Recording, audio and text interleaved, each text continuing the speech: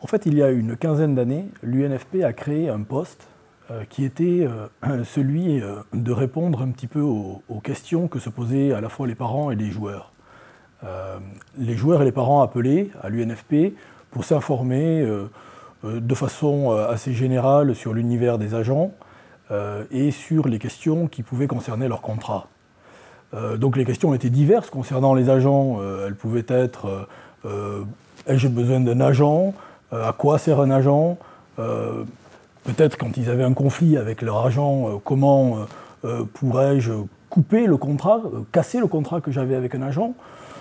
Concernant les contrats, les joueurs pouvaient appeler nous demandant qu'est-ce qu'ils pouvaient négocier dans leur contrat, qu'est-ce qu'on pouvait écrire dans leur contrat. La proposition qu'ils avaient était-elle bonne, suffisante, pouvait-elle être négociée ou pas? Diverses réflexions concernant l'univers des agents et des contrats. Donc on a répondu à ces questions pendant quelques années, puis on s'est posé la question à savoir si on ne devait pas aller jusqu'au bout du processus en créant une cellule d'agents.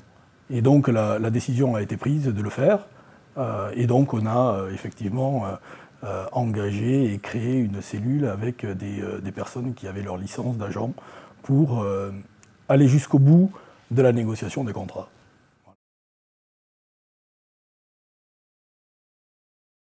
La question que doit se poser l'UNFP et ses services, c'est de répondre aux besoins des joueurs, de façon globale et générale.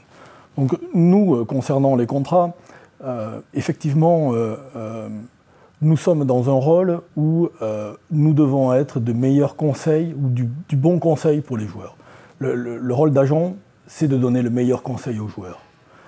Donc pour ça, effectivement, il demande certaines compétences, des compétences qui ont attrait au sport lui-même, à la connaissance du sport lui-même, des connaissances qui ont attrait à la réglementation nationale et internationale, et des compétences qui concernent de façon générale le réseau, le milieu du foot. Voilà, parce qu'en fait, il est absolument nécessaire Nous, on pense d'avoir été anciens joueurs pour faire ce travail, pour bien connaître ce sport. On pense qu'il est, et ça c'est la réglementation qu'il demande, d'avoir la licence d'agent, évidemment, pour pratiquer ce travail. D'avoir aussi une maîtrise, et ça c'est l'expérience maintenant de nos 11 années d'existence qui nous permet d'avoir un petit peu cette expérience nécessaire dans la négociation des contrats. Et puis effectivement, il est nécessaire pour faire ce travail de vendre les joueurs, ou de les mettre sur le marché plutôt, et donc d'avoir un réseau. Et à l'UNFP, de par les connaissances et notre rôle au sein du football français, nous pensons avoir le réseau nécessaire pour faire ce travail. Ce qui différencie aujourd'hui l'UNFP et son service ESM, Europe Sport Management, des autres agents, c'est que nous avons une position de salarié au sein de la société, d'une part, qui nous permet d'avoir une position claire et déontologique par rapport aux joueurs et à la négociation de son contrat. En gros, le joueur est sûr qu'on défend ses intérêts et pas nos propres intérêts. Voilà.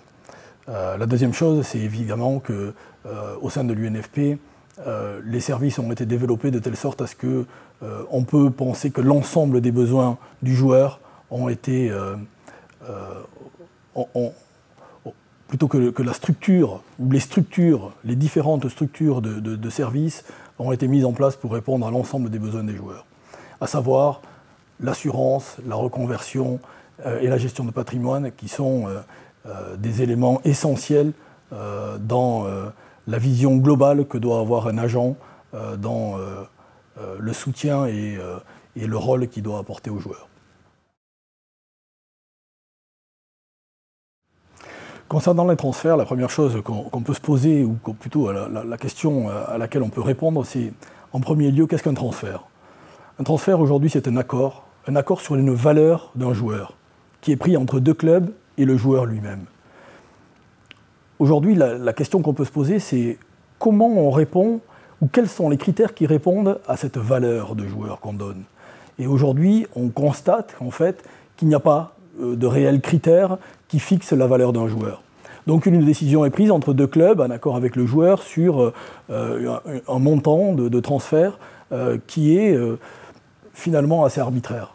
Et je pense que la première des décisions que nous devrions prendre, et celle à laquelle s'attache Philippia au sein de l'UNFP et de la FISPRO, c'est avant tout d'essayer de mettre en place des critères, ces critères-là, pour définir la valeur du joueur, à savoir la valeur donc du transfert. Quand on aura mis de la transparence dans les définitions qui concernent cette valeur et ce montant de joueurs, je pense qu'on aura mis de la clarté dans les flux financiers qui existent dans les transferts.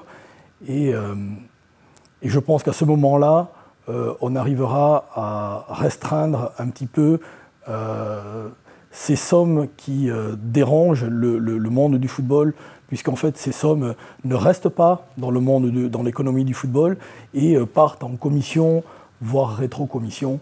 Et c'est ça qu'effectivement il faudrait éclaircir et à quoi il faut s'attacher.